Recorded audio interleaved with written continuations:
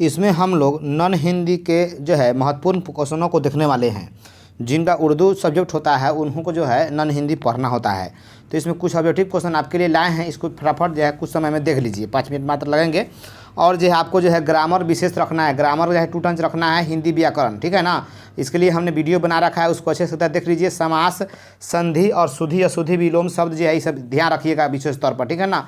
प्राचीन शब्द मुहावरा ये सब रहेंगे, इससे आप हेल्प लेंगे और अपना जो है 50 पूरा करेंगे एकदम एकदम अच्छे तरीके से। तो चलिए शुरू करते हैं यहाँ से। सुदामा चरित नामक कविता के कवि कौन है? तो इसका जो राइट आंसर हो जाएंगे बी नंबर ऑप्शन सही है, नरोत्तम दास। क्या हो जाएंगे? नरोत्तम दास। अगला क्वेश्चन आ गया, ईदगाह कैसी कहानी थी? ईदगाह जो है बाल मनोवैज्ञानिक कहानी है, ऑप्शन नंबर सी सही हो जाएंगे। अगला है कि ईदगाह नामक कहानी के लेखक कौन है? तो इसके लेखक जो है मुंशी प्रेमचंद हो जाएंगे, मुंशी प्रेमचंद, ध्यान रखेंगे मुंशी प्रेमचंद। अगला हम लोग देख लेते हैं। अगला आ गया क्वेश्चन कि खुशबू रचते हैं हाथ नामक कविता के रचनाकार कौन है? तो इसके जो राइट आंसर हो गया सी नंबर ऑप्शन सही है, अरुण कमल। अरुण कमल। देखेंगे यहाँ से एक और कोड वर्ड यहाँ ध्यान रखिएगा, एक मिनट जो है, हाँ कमल जो है ना, कमल, ये कमल में खुशबू होता है ना, फूल है, फूल में तो खुशबू होबे करेगा। तो खुशबू से खुशबू रखिए, खुशबू किस में? फूल में होता है। फूल क्या है? कमल एक फूल है। तो याद रखिए अरुण कमल खुशबू रचते हैं हाथ नामक कविता के कवि है। पूछता है कि और खुशबू रचते हैं हाथ साहित्य की कौन विद्या है? कविता की कहानी है तो कविता है, कविता यहाँ कविता स्पष्ट लिख दिया, आपको ध्यान रहे तो कविता है। तो ये साहित्य की विद्याएं भी आपसे पूछेगी। अगला क्वेश्चन आ गया, हौसले की उड़ान साहित्य की कौन विद्या है? तो हौसले की उड़ान जो है ना, यह निबंध है। क्या है? निबंध है। तो हौसले की उड़ान जो एक निबंध है जिसको आप लोग ध्यान रखेंगे। हौसले की उड़ान क्या है? निबंध है। अगला क्वेश्चन हम लोग देख लेते हैं। अगला क्वेश्चन देख लेते हैं आप। अगला हौसलों की उड़ान नामक कविता में किसके हौसलों की बात की गई है? मजदूर के, सैनिक की, युवा की, बालिकाओं यानी बेटियों, बालिकाओं के, पुत्रियों की, लड़कियों के हौसलों की बात की गई है। 6 नंबर का राइट आंसर क्या आ जाएगा? डी नंबर ऑप्शन, याद रखिएगा। अगला आ गया, किन्हें जननायक कहा था? जननायक। तो जननायक जो है ना कर्पूरी ठाकुर को बुलाया जाता है। और लोकनायक कहेगा तो लोकनायक बाल गंगाधर तिलक को बुलाया जाता है। और जो है एक और आता है लोकमान्य बुलाता है बाल गंगाधर तिलक को। और जो लोकनायक पूछेगा, लोकनायक, तो लोकनायक जो है इनको बोलते हैं जयप्रकाश नारायण को लोकनायक। और जननायक कहता है तो कर्पूरी ठाकुर। ध्यान रखेंगे, बहुत VVI 7 का ऑप्शन नंबर डी होगा। अगला क्वेश्चन है कि आज़ाद दस्ता का गठन कौन किए? तो इसका जो दस्ता का गठन जो है ना जयप्रकाश नारायण किए थे, जिसका सदस्य कर्पूरी ठाकुर भी थे। तो आज़ाद दस्ता का गठन जो है जयप्रकाश नारायण करते हैं, ऑप्शन नंबर ए सही हो गया। अगला क्वेश्चन हम लोग देख लेते हैं, भारत में प्रथम आम चुनाव कब हुआ? तो यह जो है 1952 में हुआ था, ऑप्शन नंबर सी सही हो गया। 9 का क्या हो जाएगा? सी हो जाएगा।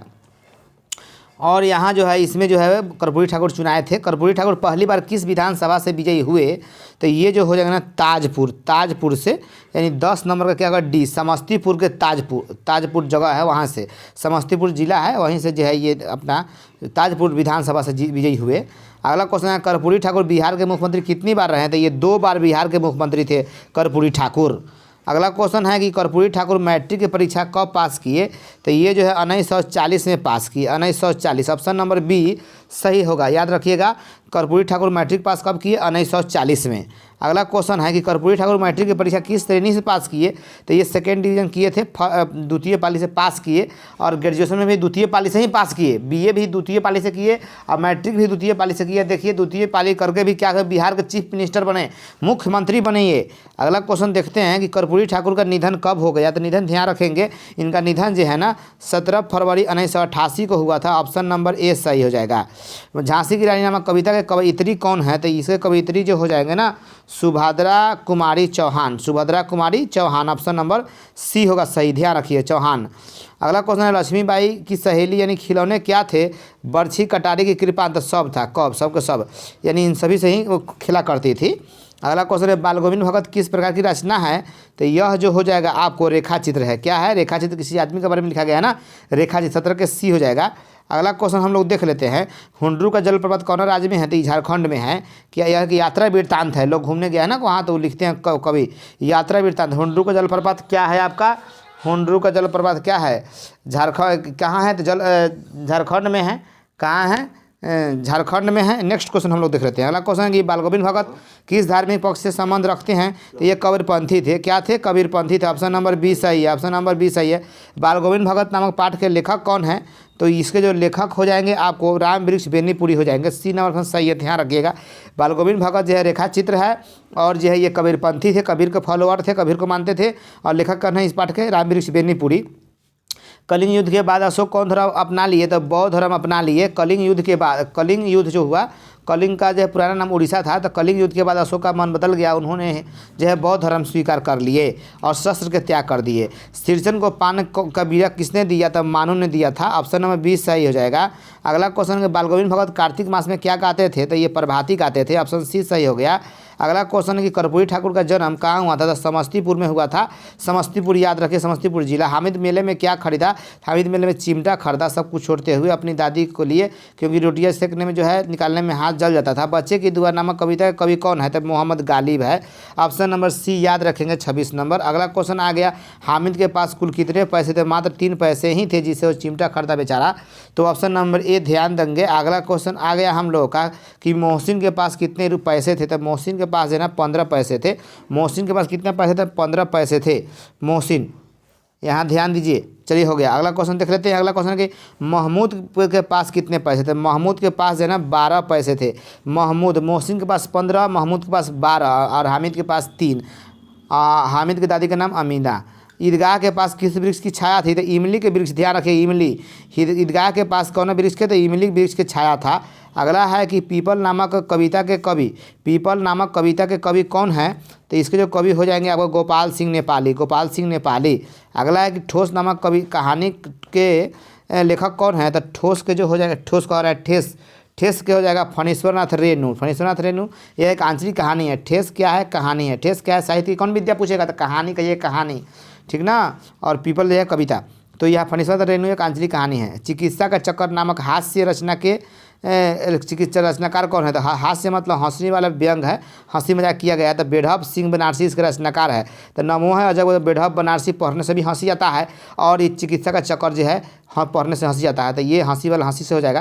तो चिकित्सा का चक्कर के रचनाकार कौन है? बेढब बनारसी। साहित्य की कौन विद्या है? यह तो हास्य रचना, हास्य व्यंग, और बेढब बनारसी इसके लेखक हो जाएंगे। अशोक का शस्त्र त्याग नामक एकांकी के रचनाकार कौन है? तो ये हो जाएंगे बंशीधर श्रीवास्तव। बंशीधर श्रीवास्तव एक अशोक के शस्त्र त्याग के रचनाकार कौन है? और बंशीधर श्रीवास्तव। यह क्या है? एकांकी है, कहानी नहीं है, एकांकी है। नाटक भी नहीं है, एकांकी। एकांकी अशोक का शस्त्र त्याग क्या है? एकांकी है, एकांकी। हुंडरू का जलप्रपात के रचनाकार कौन है? तो इसके जो राइट आंसर हो जाएंगे डी नंबर ऑप्शन सही है, कामता सिंह काम। कामता सिंह काम हो जाएंगे। अगला आ गया हुंडरू का जलप्रपात क्या है? तो यह एक यात्रा वृत्तांत है भाई ना, यात्रा वृत्तांत। ऑप्शन नंबर डी ध्यान रखिएगा, यात्रा वृत्तांत। और यह खेमा साहित्य की कौन सी विद्या है? तो खेमा जो है आपको कह दे यह कहानी है। खेमा क्या है? कहानी है। और खेमा के जो लेखक हो जाएंगे यह संकलित है, मतलब सरकार द्वारा संकलित है और एक कहानी है, इसके स्पेशल कोई लेखक नहीं है। तो संकलित हो जाएंगे, ऑप्शन रहेगा आपको सरकार द्वारा उपलब्ध कराया गया, संकलित हो जाएगा। तो खेमा क्या है? कहानी है। अगला क्वेश्चन देख लेते हैं कि विक्रमशिला बिहार के कौन जिला में है? तो यह जो है भागलपुर में है। भागलपुर में विक्रमशिला में विशेष तौर पर यह बौद्ध धर्म से संबंधित शिक्षाएं दी जाती थी विक्रमशिला में, नालंदा में। तो बौद्ध धर्म का बौद्धकालीन जो है बहुत ही चर्चित और ऐतिहासिक विश्वविद्यालय जो है विक्रमशिला था, जो कहाँ है? बिहार के भागलपुर जिला में है। सुदामा कृष्ण के क्या थे? सुदामा कृष्ण के बचपन के फ्रेंड थे, बचपन के मित्र, बाल सखा थे, बाल सखा। सुदामा कृष्ण के बाल सखा मित्र है। ठेस क्या है? ठेस एक आंचलिक कहानी है। ठेस क्या है? एक आंचलिक कहानी। तो रहने देते हैं इतना ही। आप जो है जाइए एग्जाम देने अपना अच्छे से, बिना टेंशन के जाइए, हंसते खेलते जाइए, ज़रा भी तनाव में नहीं रहना है। ग्रामर को देख लीजिएगा, इसको देख लीजिए, अभी समय है। और ज़रा भी आपको जो कि समय से पहले ज़रूर पहुँचिएगा अपने एग्जाम हॉल में, आधा घंटा पहले जैसे भी हो। तो चलिए, जय हिंद, मिलते हैं अगले वीडियो में, तब तक के लिए धन्यवाद।